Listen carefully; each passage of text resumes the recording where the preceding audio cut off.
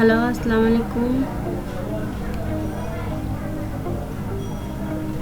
আজকে আপনাদের দেখাবো কিভাবে আপনার নিজের ল্যাপটপের স্ক্রিন আপনার নাম এবং পাসওয়ার্ড দিয়ে সেভ করবেন। তাহলে চলুন ভিডিওটি দেখা যাক।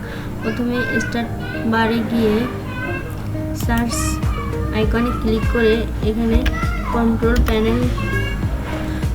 প্যানেল নামক অপশনে ক্লিক করবেন এবং এখান থেকে ইউজার অ্যাকাউন্টস, আমি আবার বলছি ইউজার অ্যাকাউন্টস, এটাতে ক্লিক করবেন।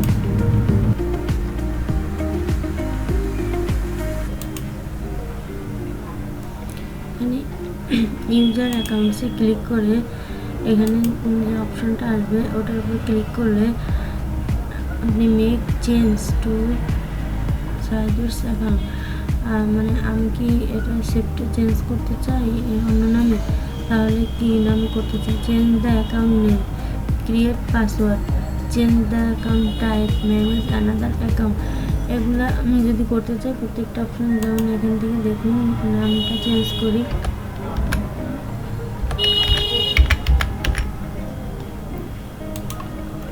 তারপরে ক্রিয়েট পাসওয়ার্ড, যদি পাসওয়ার্ড চেঞ্জ করতে চাই তাহলে এখানে আপনি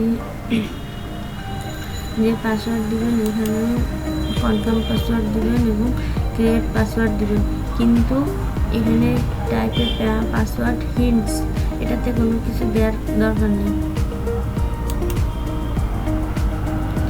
চেঞ্জ দ্য অ্যাকাউন্ট টাইপ, যদি আপনি অ্যাকাউন্ট চেঞ্জ করতে চান, অ্যাকাউন্ট নাম্বার চেঞ্জ করতে চান, সেটাও করতে পারবেন।